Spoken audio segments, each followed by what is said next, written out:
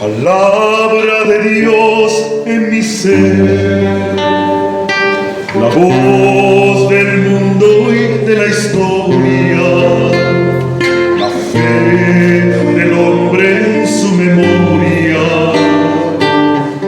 que espera una respuesta en mí. Para este día, la liturgia de la palabra nos presenta en la primera lectura la carta a los Romanos en el capítulo 4, versículo del 1 al 8. La Iglesia nos propone en esta primera lectura toda una meditación sobre aquellos aspectos donde se nos habla de la justificación. ¿Y qué es la justificación? Es hacer justo. Pero yo no me puedo hacer justo por mis propias obras, pues me he dado cuenta que estoy en pecado.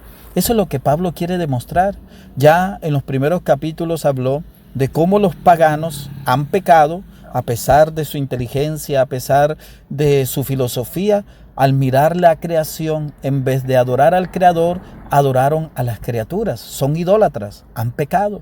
Pero también dice San Pablo, los judíos que teniendo la ley, sabiendo la voluntad de Dios, no la hacen, entonces también han pecado. Pablo lo que trata de decir es que el pecado se ha hecho universal. Todos somos pecadores. Y él va a decir, por lo tanto, todos estamos necesitados de la salvación de Dios. Y es aquí donde Pablo habla entonces de la justificación. ¿Qué es justificar? Yo no lo podría hacer por nada, ni con las obras de la ley. En este sentido, cumpliendo normas para enderezar mi vida. Pero resulta que la ley te dice qué debes hacer, pero no te da la fuerza para hacerlo. La ley te dice qué es lo bueno y qué es lo malo, pero no te da la fuerza para hacer lo bueno y para rechazar lo malo. Y por eso San Pablo, en la misma carta a los Romanos, va a decir, el bien que quiero no lo hago, y el mal que no quiero, eso hago. Y él habla entonces, la salvación viene de Dios. La salvación es gratis, no tienes que hacer nada, la fe te salva. Cristo ya lo entregó todo por nosotros. Su sacrificio en la cruz nos ha dado el perdón de los pecados. ¿Y qué tenías que hacer? Simplemente creer. Ahora Pablo, y para el día de hoy, se nos presenta en el texto, capítulo 4, versículos del 1 al 8, unos presupuestos o unos argumentos donde Pablo dice, mira, el ejemplo de Abraham. Abraham, ¿por qué fue justificado? Por la fe, porque en el tiempo de Abraham todavía no estaba la ley de Moisés. Entonces, ¿cómo iba a ser justificado Abraham si no estaba la ley? Entonces tiene que justificarse por la fe, porque si Abraham se hubiera justificado por las obras, el orgullo era de él. Yo lo hice, yo pude. Pero con Dios y en la fe, la obra es de Dios y la justificación la hace Dios.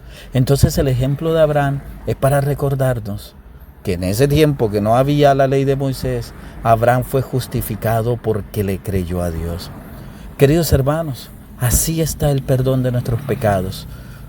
Por mucho esfuerzo que hagamos, el pecado nos amarra, nos lastima.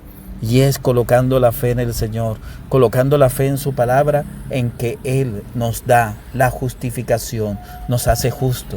Podemos decir, a la manera cristiana, nos hace santo.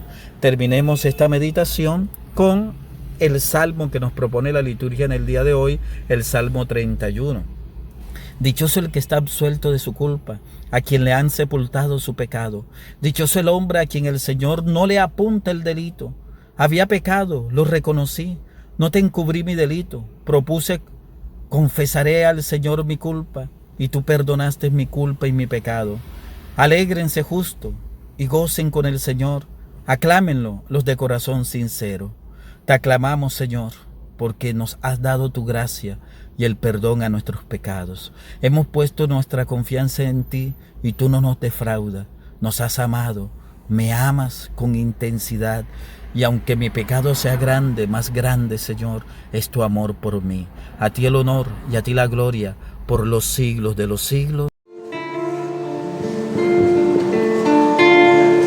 La luz para el hombre eres tú, la luz que iluminó la tierra. Yo soy un pobre que te espera,